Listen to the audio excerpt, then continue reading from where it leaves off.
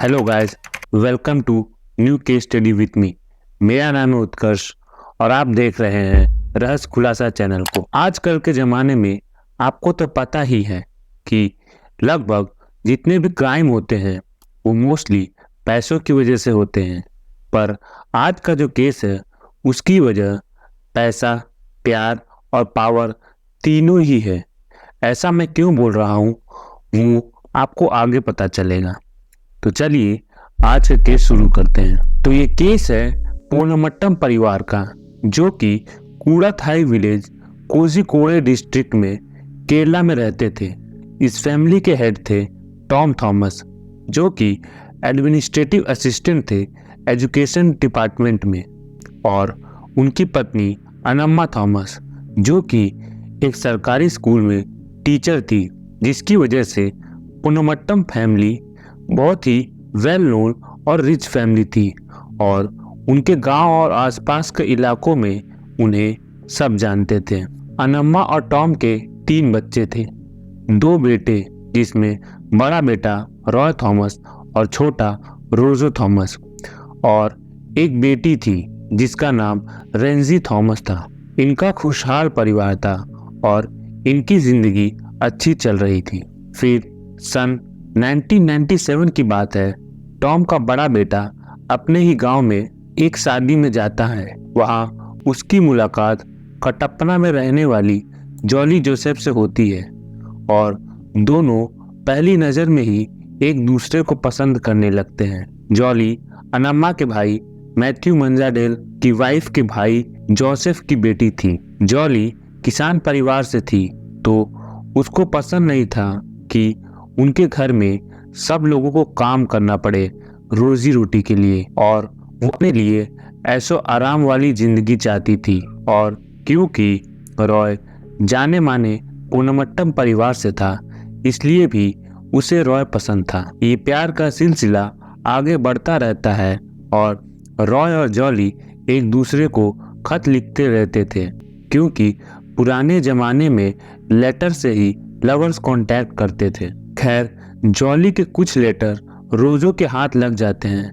जिसकी वजह से रॉय और जॉली की लव स्टोरी के बारे में उनके पूरे घर वालों को पता चल जाता है, जिस पर रॉय का कहना था कि वो जॉली को लेकर सीरियस है और वो उससे ही शादी करना चाहता था। इस रिश्ते से रॉय के फादर टॉम खुश नहीं थे, क्योंकि जॉली उनके दूर के जानने वाले रिश्तेदार की बेटी थी। पर जब जॉली ने बताया कि वो एमकॉम से ग्रेजुएट है, तो रॉय की माँ अनम्मा को लगा कि चलो अच्छा है, जॉली को कहीं भी नौकरी मिल जाएगी और रॉय और जॉली दोनों अच्छे से कमाकर अपना गुजारा कर सकते हैं। तो इसलिए वो टॉम को दोनों की शादी के लिए मना लेती है। फिर 1997 में ही रॉय और जॉली की शादी हो जाती है और उस दिन खूब बारिश हो रही थी, जो कि किसी अपशगुन का संकेत होता है, ऐसा माना जाता है। खैर, जब आस पड़ोस के लोगों को पता चला कि रॉय की शादी हो चुकी है, तो लोग उन दोनों को अपने घर पर खाने को बुलाते हैं और जॉली भी उनसे अच्छे से बात करती और हंसी मजाक करती, जिससे कि कुछ दिनों में ही वो पड़ोसियों की चहेती बन गई और सभी लोग उससे प्यार करने लगे। पूर्णमट्टम परिवार के कम्युनिटी में भी वो अच्छी तरीके से अपनी पहचान बना लेती है। ऐसे ही टाइम बीतता है और अनम्मा जॉली को एडवाइस करने लगती हैं कि बेटा, तुमने एमकॉम किया है, तुम्हें बाहर जाकर नौकरी करनी चाहिए, ताकि रॉय और तुमको कभी फाइनेंशियल प्रॉब्लम ना हो और तुम्हारा परिवार खुश रहे। और इस बात पर जॉली अनम्मा को कोई जवाब नहीं देती। अनम्मा जॉली को थोड़े थोड़े दिन बाद हमेशा नौकरी के लिए टोकती, पर वो हर बार उनकी बात को अनदेखा कर देती है। खैर, सन आता है 1999 और जॉली उसमें प्रेग्नेंट हो जाती है और इसके चलते अनम्मा डिसाइड करती है कि वो नौकरी वाली बात अभी नहीं करेंगी और कुछ दिनों बाद जॉली रेमो को जन्म देती है और रेमो के जन्म से पूरा पूनमट्टम परिवार खुश हो जाता है, क्योंकि वो उनके परिवार की पहली संतान थी आने वाले जनरेशन की। फिर कुछ दिन रेमो के जन्म के बाद अनम्मा जॉली से फिर उसकी वही नौकरी वाली बात करती है, जिस पर इस बार बहस होने लगती है, जिसके लिए जॉली के फादर डिसाइड करते हैं कि वो जॉली के ससुराल जाकर इस इशू को रिजॉल्व करेंगे, जिससे जॉली घबरा जाती है क्योंकि उसने एमकॉम वाली बात झूठी बताई होती है और वो first year college drop out होती है, और अगर उसके पापा उसके ससुराल आएंगे तो उसका सारा भेद खुल जाएगा। इसलिए वो अनम्मा को रास्ते से हटाने का फैसला करती है।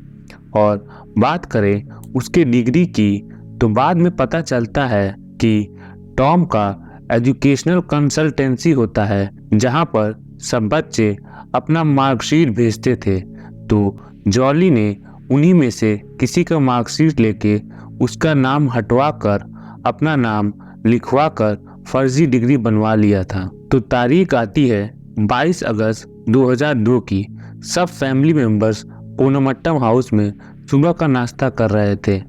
अनम्मा उस समय अपने मॉर्निंग वॉक पर गई हुई थी और घर आते ही वो पानी का ग्लास लेके अपने रूम में जाती हैं और रूम में जाकर उन्होंने पानी पिया और खिड़की से सटकर बेड पर बैठ गई। और तभी उनकी बेटी रेंजी उनके रूम में आती है और अनम्मा उसको बोलती है कि मैं मरने वाली हूँ, सबको बुला लो। फिर रेंजी सबको बुला कर लाती है और सब लोग देखते हैं कि उनकी आँख पूरी लाल हो जाती है और उनको सांस नहीं आ रही थी और वो अपना पैर पटकने लगती हैं। जल्दी जल्दी में सब लोग उनको पास के ही ओमासरी हॉस्पिटल लेके जाते हैं जीप से। वहां जाने के 5 मिनट बाद उनकी डेथ हो जाती है। डॉक्टर डेथ की वजह हार्ट स्ट्रोक बताते हैं और क्योंकि उनकी काफ़ी एज हो चुकी थी तो लोगों को भी कोई शक नहीं होता कि इनका मर्डर हुआ होगा। इसलिए पुलिस के पूछने पर कि इनका पोस्टमार्टम कराना है या नहीं तो घर वाले मना कर देते हैं। फिर उनका कूड़ा थाई में फ्यूनरल कर दिया जाता है और उनकी बॉडी को जमीन में दफन कर दिया जाता है एक चर्च के पास। फ्यूनरल के बाद जॉली एकदम से पूरी तरह बदल जाती है और घर की सारी जिम्मेदारी संभाल लेती है, छोटी से छोटी जिम्मेदारी भी। एक तरीके से आप कह सकते हैं कि वो अनम्मा की तरह पूरे अपने घर को संभालने लगती है। और ये बात रॉय की बहन रेंजी को अजीब लगती है क्योंकि जॉली पहले इतना काम नहीं करती थी, पर उसकी माँ के डेथ के बाद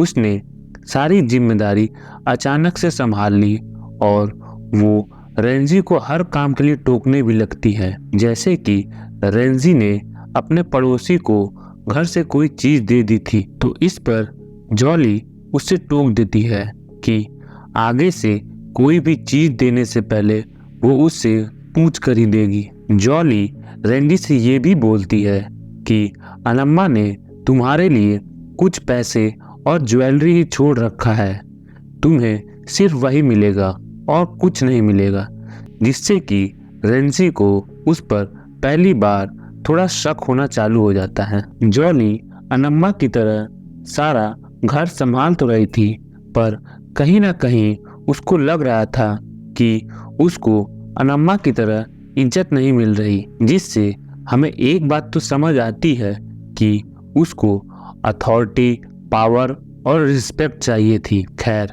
तो उसको लगा कि अगर मैं भी अनम्मा की तरह कहीं टीचर की तरह जॉब करने लगूं, तब शायद मुझको भी अनम्मा की तरह पूरी रिस्पेक्ट मिलने लगे लोगों से।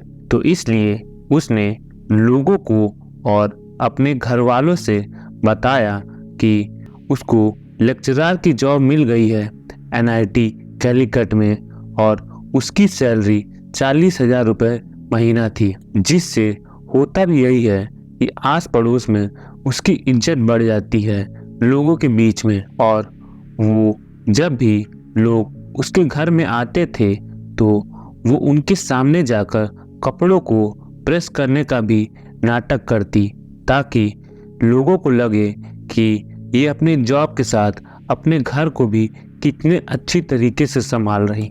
ऐसे ही टाइम बीतता है और ईयर आता है 2005 और रॉय की बहन रेंजी की शादी हो जाती है और वो कोलंबो शिफ्ट हो जाती है अपने हस्बैंड के साथ। शादी के बाद टॉम रेंजी के घर 2 बार एक महीना रहने के लिए गए थे। एक बार अप्रैल 2007 में और दूसरी बार 2008 में। पहली बार जब वो रेंजी के घर गए थे तब सब ठीक था, पर जब दूसरी बार वो रेंजी के घर गए तो वो बहुत बीमार और मेंटली एग्जॉस्ट लग रहे थे, जिसको देखकर रेंजी उनसे पूछती है कि उनको क्या हुआ। तो वो रेंजी को बताते हैं कि एमएस मैथ्यू का उनके घर पर आना जाना चालू हो गया है और उनको लगता है कि जॉली और एमएस मैथ्यू का चक्कर चल रहा। और जॉली भी टॉम के बातों का ठीक से जवाब नहीं देती थी और कहीं और बता के कहीं और ही चली जाती थी, जिससे कि टॉम नाराज थे। अब एमएस मैथ्यू, आपको बता दूं, अनम्मा के बड़े भाई का बेटा था। अब क्योंकि टॉम जॉली की हर बात में इंक्वायरी कर रहे थे, जिससे कि जॉली ने डिसाइड किया कि अब टॉम को भी रास्ते से हटाना पड़ेगा। अब टॉम को हर शाम को कॉफ़ी पीने के बाद एक मशरूम कैप्सूल खाने की आदत थी। अब जॉली उनको 22 अगस्त की रात वो कैप्सूल देने गई और कैप्सूल खाते ही उनको घबराहट और बेचैनी हुई और वो वॉश बेसिन के पास जमीन पर बेहोश हो गए। उनको देखकर जॉली वहां से चली गई और कुछ देर बाद पड़ोसियों को लेकर आई और फिर ऑटो में उनको लेकर पास के हॉस्पिटल जाने लगी, पर उससे पहले ही उनकी डेथ हो चुकी थी। ये बात जॉली ने जब रेंजी को फोन करके बताई तो इस पर रेंजी ने पूछा कि ये सब कैसे हुआ। तो जॉली ने बोल दिया कि गाड़ी की चाबी नहीं मिल रही थी, इसलिए वक्त लग गया और उनकी मौत हो गई। मौत का कारण डॉक्टर्स ने हार्ट अटैक बताया और क्योंकि टॉम की भी एज हो चुकी थी, इसलिए लोगों ने टॉम की डेथ को भी नेचुरल माना। टॉम की मौत के बाद जब रोजो और रेंजी घर पर होते हैं तो उनके पास रॉय और जॉली 2 पेज की वसीयत लेके आते हैं और बोलते हैं कि पापा ने सारी प्रॉपर्टी जॉली और रॉय के नाम पे कर दी है। जिस पर रेंजी वो पेपर देखती है और बोलती है ये पेपर ठीक नहीं है, क्योंकि उस पर स्टैम्प वगैरह कुछ नहीं होता, और वो पेपर अपने पास रख लेती है। फिर कुछ वक्त बीतता है। उसके बाद जॉली फिर से प्रेग्नेंट हो जाती है और फिर अपने दूसरे बच्चे को जन्म देती है। फिर ऐसे ही 2011 आ जाता है, जब रॉय को जॉली और मैथ्यू के अफेयर के बारे में पता चलता है और वो पूरा डिप्रेशन में चला जाता है, जिसकी वजह से उसका बिजनेस लॉस में जाने लगता है। अब क्योंकि रॉय का बिजनेस ठीक नहीं चलता तो जॉली रेंजी को फ़ोन करके बोलती है कि उसे रॉय से डाइवोर्स लेना है, क्योंकि वो बच्चों का ठीक से ख्याल नहीं रख पा रहा था बिजनेस में लॉस की वजह से। जिस पर रेंजी उसको बोलती है कि थोड़ा टाइम और दो अपने रिलेशनशिप को। अब इधर जॉली और रॉय की आपस में बहस होने लगती है एमएस मैथ्यू को लेकर लगभग हर दिन। तो इसी के चलते वो रॉय को भी खत्म करने का प्लान बनाती है। 30 सितंबर 2011 का दिन आता है। उस दिन जॉली अपने बच्चों को जल्दी सुला देती है, जिसके बाद रॉय दोपहर 3 बजे के करीब घर पर आता है और अपने बच्चों को थोड़ा बहुत लाड करता है और उसके बाद वो भी सोने चला जाता है। फिर वो उठता है और जॉली उसके लिए उसका फेवरेट चावल और चने की सब्जी खाने को देती है और उसको खाते ही उसको कुछ देर बाद बेचैनी होने लगती है, जिसके बाद वो बाथरूम में जाता है। जॉली भी नेबर से हेल्प मांगने लगती है, जिसके बाद नेबर लोग आकर बाथरूम का दरवाज़ा खोलते हैं और देखते हैं कि रॉय की डेथ हो चुकी है। उसके बाद रात 11:30 बजे के करीब जॉली रेंजी को कॉल करती है और बोलती है कि रॉय नहीं रहा, और रेंजी भी इस खबर से घबरा जाती है। उसी वक्त रेंजी का मामा मैथ्यू भी घर आ जाता है, और जब उसको रॉय के डेथ के बारे में पता चलता है तो वो डिसाइड करता है कि वो रॉय की बॉडी का पोस्टमार्टम कराएगा, क्योंकि अभी रॉय यंग था। इतनी यंग एज में उसकी डेथ कैसे हो सकती है, जिस पर जॉली ने नाराजगी जताई, क्योंकि वो नहीं चाहती थी कि रॉय की बॉडी का पोस्टमार्टम हो। पर अंकल मैथ्यू के जिद करने पर घर वाले मान जाते हैं और रॉय की बॉडी की पोस्टमार्टम होती है, जिसमें पता चलता है कि रॉय की बॉडी में साइनाइड नाम का पॉइजन मिला है, जिसकी वजह से पुलिस पोस्टमार्टम हाउस जाती है इसके बारे में पता लगाने, जहां पर जॉली बोलती है क्योंकि रॉय को बिजनेस में बहुत लॉस हो गया था और उसने लोगों से बहुत कर्ज लिया हुआ था, इसलिए उसने जहर खा के खुदकुशी कर ली। और क्योंकि जॉली रॉय की पत्नी थी तो पुलिस भी आगे इन्वेस्टिगेशन नहीं करती और इस केस को यही क्लोज कर देती है। अब आपको साइनाइड बता दूं कि ये एक ऐसा पॉइजन है जो कि अगर हम किसी को 3 mg से ज़्यादा दे दें तो उसकी तुरंत मौत हो जाती है, और उससे कम देंगे तो वो स्लो पॉइजन का काम करती है, जिससे इंसान एक दिन में नहीं कुछ महीनों कुछ दिनों बाद मरता है। और इसको ट्रेस करना मुश्किल हो जाता है पर नामुमकिन नहीं। और दूसरी बात, साइनाइड हर जगह नहीं मिलता, ये सोनार के यहाँ सोना चमकाने काम आता है और इसके लिए प्रॉपर लाइसेंस चाहिए होता है। जब 2019 में जांच हुआ तो पता चला कि MS मैथ्यू ज्वेलरी शॉप में काम करता था और वही साइनाइड जॉली को लाकर देता था। उसका कहना था कि जॉली ने साइनाइड चूहे मारने के लिए मांगा था, जिसमें उसकी मदद उसी के ही एक साथी प्राजी कुमार ने की थी। खैर, जब रॉय की सुसाइड वाली बात रेंजी और रोजो, जो कि इस समय तक अपनी फैमिली के साथ फॉरेन में सेटल हो चुका था, को पता चली तो वो रॉय को कोसने लगे कि कैसे वो सुसाइड कर सकते हैं लोगों से कर्ज लेके। उन दोनों को लगा कि उनको अब अपने भाई का कर्ज चुकाना पड़ेगा।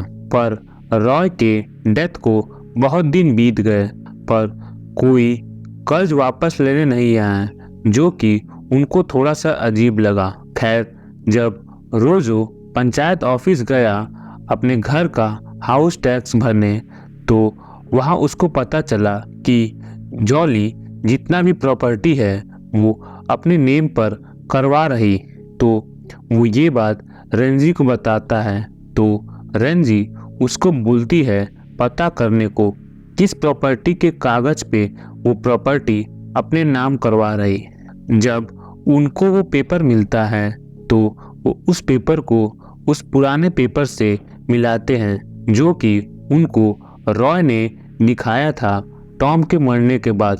तो उनको पता चलता है कि ये वही पेपर है जिस पर इस बार स्टैम्प वगैरह लगा है और नोटरी का स्टैम्प भी होता है, और वो इन दोनों पेपर को कंपेयर करवाकर साबित कर देते हैं कि ये पेपर नकली है और सारी प्रॉपर्टी टॉम थॉमस के नाम पर वापस हो जाती है। और बात करें जॉली को सजा देने की, तो क्योंकि उसके बच्चे छोटे थे तो इसीलिए रोजो और रेंजी डिसाइड करते हैं कि वो इस बार उसको माफ़ कर देंगे। अब ऐसे ही 2014 आता है और इस वक्त तक अंकल मंजाडेल को जॉली के अफेयर के बारे में पता होता है, जिसके चलते वो जॉली को वार्निंग भी देते हैं कि एमएस मैथ्यू से दूर रहो, और वो उनके परिवार में जितने भी डेथ हुई थी उनकी पुलिस इन्वेस्टिगेशन करवाना चाहते थे, जिसके चलते वो जॉली के नेक्स्ट टारगेट बनते हैं। एक दिन जॉली ने उनके ड्रिंक में साइनाइड मिला दिया था, जिसकी वजह से उनकी भी डेथ हो जाती है, सेम उसी तरीके से जैसे पिछले 3 डेथ हुई थी। डॉक्टर उनके डेथ को भी हार्ट अटैक बताते हैं और फिर से उनके बॉडी का पोस्टमार्टम नहीं होता, क्योंकि उनकी भी एज काफ़ी हो चुकी थी, इसलिए उनकी भी डेथ को नेचुरल माना जाता है। और ये बात जॉली रेंजी को शाम 5:30 बजे बताती है और बोलती है कुन्नू मुन्ना चैन नहीं रहे। रेंजी अंकल मैथ्यू को कुन्नू मुन्ना चैन बुलाती थी। जॉली इतना सब क्राइम वगैरह करके पूरी तरह से थक चुकी थी, जिसकी वजह से वो फाइनली कहीं अपनी लाइफ स्टेबल करना चाहती थी, जिसके लिए वो रॉय के चचेरे भाई साजू से शादी करना चाहती थी, क्योंकि एक तो उसके पास प्रॉपर जॉब थी, हर महीने सैलरी आ जाती थी, और उसका नेचर थोड़ा मैनली था, ना कि रॉय की तरह जिसका नेचर थोड़ा दबा दबा था। और ये सब बात वो अपने पड़ोसियों से भी किया करती थी कि कितना अच्छा होता अगर साजू उसका पति होता, और ये सब बात वो रॉय के जिंदा रहते ही किया करती थी। अब तारीख आता है 1 मई 2014 को, जब साजू के घर पर होली कम्युनियन था और साजू की 2 साल की बेटी अल्फाइन को उसकी आंट कुछ खिला रही होती है।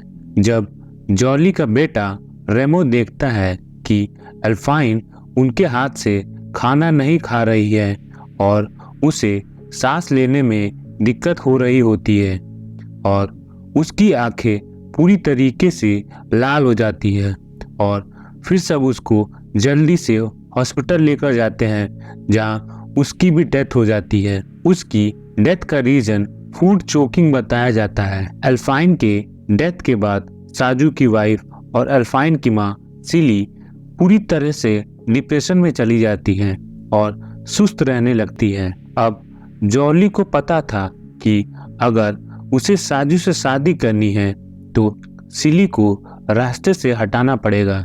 इसी के चलते उसका अगला और फाइनल टारगेट होती है सिली। अल्फाइन के डेथ के बाद जॉली सिली से पूरी अच्छी तरह से दोस्ती कर लेती है और उसके हर सुख दुख में उसका साथ देने लगती है, जिससे कि सिली जॉली से अपनी सारी बात बताने लगती है। और इसी बीच वो जॉली को बताती है कि वो और साजू एक और बेबी प्लान कर रहे हैं, और इस बार भी उन्हें अल्फाइन की तरह लड़की चाहिए, जिस पर जॉली थोड़ा घबरा जाती है, क्योंकि अगर बेबी हो जाती तो वो और साजू कभी एक ना हो पाते। इसीलिए वो सिली को मारने का प्लान बनाती है।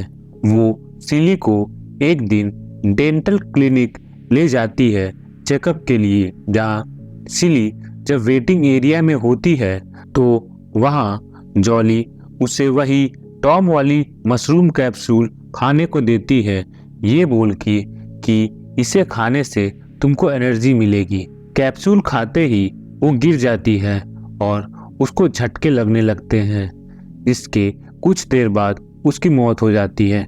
अब तो आपको लगेगा कि अब तो जॉली पकड़ी ही जाएगी, पर ऐसा नहीं होता। मौत के बाद जब पुलिस पूछती है कि क्या सिली का पोस्टमार्टम कराना है या नहीं, जिस पर साजू बोलता है कि इसकी कोई ज़रूरत नहीं, हमारे घर ये सब नहीं होता। फिर पुलिस भी पोस्टमार्टम नहीं करती और सिली की डेथ मिस्ट्री रह जाती है।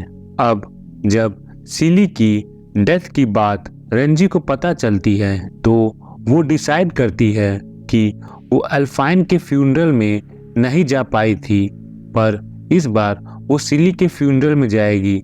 जिसके बाद वो सिली के फ्यूनरल में जाती है। वहाँ जाने के बाद वो देखती है कि सिली की फ्यूनरल की जितनी भी जिम्मेदारी है वो जॉली ने संभाल रखी है। वहां पर बहुत लोग थे पर उनमें से सबसे ज्यादा एक्टिव जॉली ही थी। उसके चेहरे पे एक अलग खुशी नजर आ रही थी। खैर, इसके 1 साल बाद क्योंकि साजू भी अकेला था और जॉली भी, तो दोनों एक दूसरे से शादी करने का फैसला कर लेते हैं और 2017 के मिड में वो एक दूसरे से शादी कर लेते हैं। और आप तो जानते ही हैं कि क्रिश्चियनिटी में ये बात नॉर्मल ही होता है। जब ये शादी वाली बात रेंजी को पता लगती है तो उसको लगता है कि जॉली कुछ तो गड़बड़ कर रही। तब उसको याद आता है कि जब अंतिम विदाई देने जॉली और साजू साथ में गए थे, वो वाला सीन, जिसको सोचकर रेंजी के मन में ख्याल आता है कि कहीं ये सब जॉली ने तो नहीं किया, शायद साजू को पाने के लिए। क्योंकि जॉली की हिस्ट्री भी रह चुकी थी कुछ ऐसी जिसमें MS मैथ्यू के बारे में रेंजी को तो पता ही था और ये भी कि वो प्रॉपर्टी के लिए कुछ भी कर सकती है। इसी के चलते रेंजी अगले दिन रोजो से कहकर रॉय की पोस्टमार्टम रिपोर्ट मंगवाती है, जिसमें वो देखती है कि रॉय के स्टमक में चावल और चने की सब्जी मौजूद थी उसके मौत के वक्त। तब जाके रेंजी को जॉली की बात याद आती है, जिसमें वो बोलती है कि रॉय ने दोपहर 3:30 बजे के बाद कुछ नहीं खाया था, तो अगर उसने 3:30 बजे के बाद कुछ खाया ही नहीं तो उसके पेट में वो खाना कैसे आया। तो इसका मतलब रॉय ने चावल चने की सब्जी जरूर रात में खाया होगा, जिससे कि उसकी मौत हुई होगी। यानी जॉली ने रेंजी से झूठ बोला और उसकी पास्ट हिस्ट्री रेंजी को तो पता ही था, तो इसी के चलते रेंजी को लगा ये सारे कत्ल कहीं ना कहीं जॉली से जुड़ा हुआ है। तब जाके रोजो और रेंजी जॉली से जुड़े तथ्यों को मिलाते हैं और जॉली का कनेक्शन खोजते हैं इन सब मर्डर के पीछे, और उनको समझ में आ जाता है कि इन सब मर्डर के पीछे कहीं ना कहीं जॉली का ही हाथ है।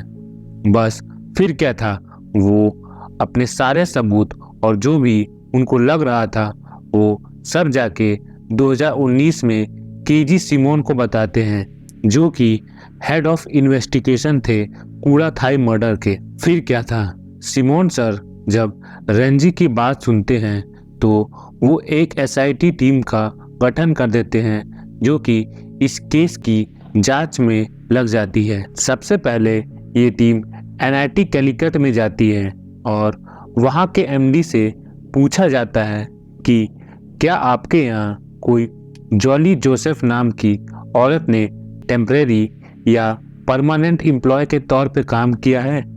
तो वहाँ के MD पूरी तरह से जांच करके SIT टीम को रिपोर्ट भेजते हैं कि हमारे यहाँ ऐसे किसी औरत ने कभी काम नहीं किया। जिसके बाद पुलिस का शक और भी गहरा हो जाता है जॉली के ऊपर। उसके बाद पोनमट्टम परिवार के रिश्तेदारों और पड़ोसियों से जॉली के बारे में पूछा जाता है और उनके बयान लिए जाते हैं। पोनमट्टम परिवार में तो सबको पता ही था कि जॉली कैसी औरत थी और कैसे उसका एक्स्ट्रा मैरिटल अफेयर था और कैसे वो प्रॉपर्टी के लिए कुछ भी कर सकती है। इससे पुलिस को और भी भरोसा हो गया कि ये सब कत्ल जॉली नहीं किया होगा। इसके बाद पुलिस डिसाइड करती है कि जितने भी डेड बॉडी हैं उनको कब्र से निकाला जाएगा ताकि उनमें से साइनाइड को ट्रेस करा जा सके पोस्टमार्टम करके। जिसके बाद 2019 में 6 डेड बॉडी को उनके कब्र से निकाला जाता है और उसके बाद उनका पोस्टमार्टम किया जाता है, जिसमें सिर्फ एक सिली की बॉडी में ही साइनाइड पॉइजन ट्रेस हो पाता है और रॉय की बॉडी का पोस्टमार्टम तो पहले हो चुका था, तो इसलिए टोटल 2 बॉडी में साइनाइड के अवशेष मिलते हैं। जिसके बाद पुलिस जॉली को नोटिस भेजती है पूछताछ के लिए पुलिस स्टेशन आने के लिए, जिस पर जॉली अपने बड़े बेटे रेमो को कॉल करके बोलती है कि तुम्हारी बुआ मेरे ऊपर सारे कत्ल का इल्जाम लगा रही है, उनको बोलो मैंने कुछ नहीं किया, मेरे ऊपर से सारे इल्जाम हटाने को।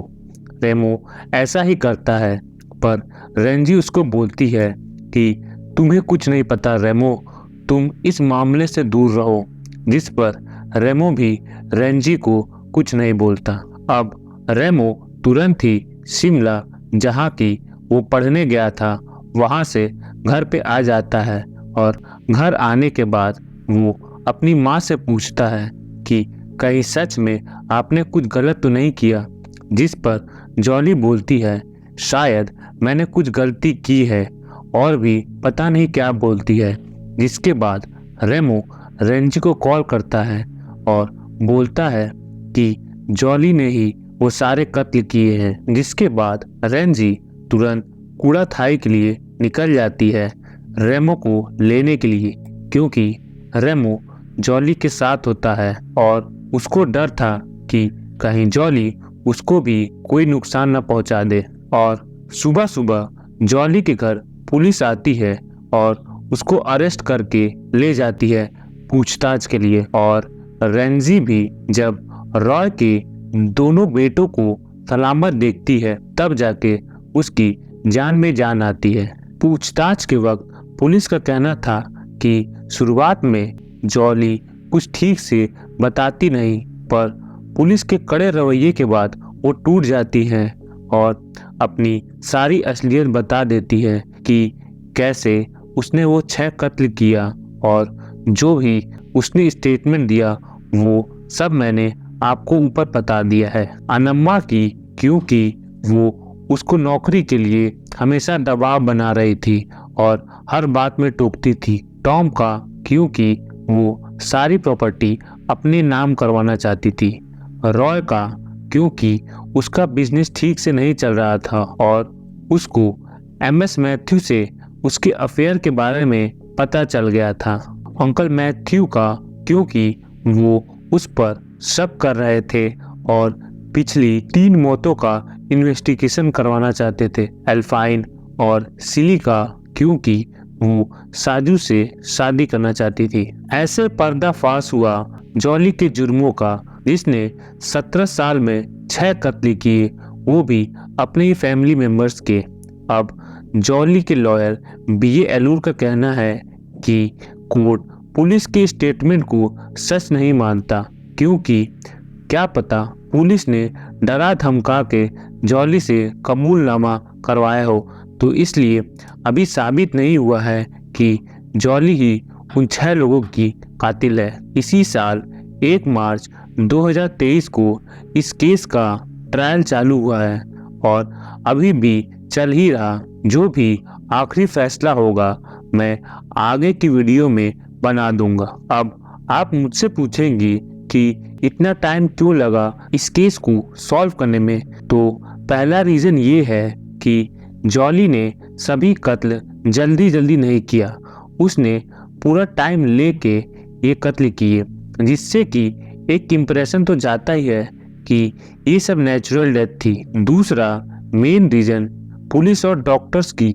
गलती थी, उन्होंने डेड बॉडी का पोस्टमार्टम नहीं कराया, जो कि अगर वो करवाए होते तो ये मौत का सिलसिला कब का रुक गया होता। तीसरा पुलिस की लापरवाही, जब उनको रॉय के बॉडी से साइनाइड के अवशेष मिले तो लॉ कहता है कि अगर किसी का साइनाइड से डेथ हुआ है तो उस डेथ को ऐसा मर्डर समझ के इन्वेस्टिगेशन करना चाहिए, ना कि सुसाइड की तरह। चौथा, जॉली बहुत ही चालाक थी, वो जितने भी डेथ थी उसमें पोस्टमार्टम ना हो, इसीलिए बहुत लॉजिक वाले बहाने पुलिस को देती थी, जैसे टॉम, अनम्मा और अंकल मैथ्यू के केस में कि वो लोग बूढ़े थे तो उनकी डेथ नेचुरल थी, और रॉय के केस में कि उसने पैसों की तंगी की वजह से सुसाइड किया। और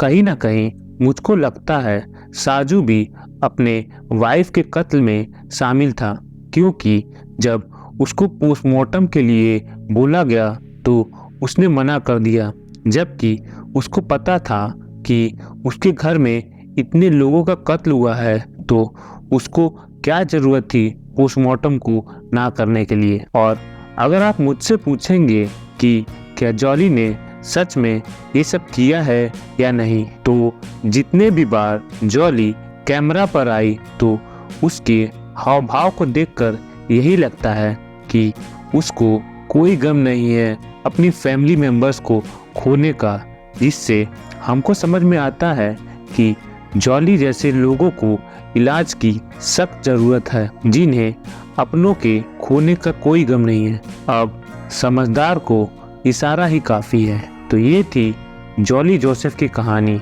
जिसने पैसे, प्रॉपर्टी और पावर के खातिर अपने ही परिवार को नहीं बख्शा। Thank you for watching. Bye.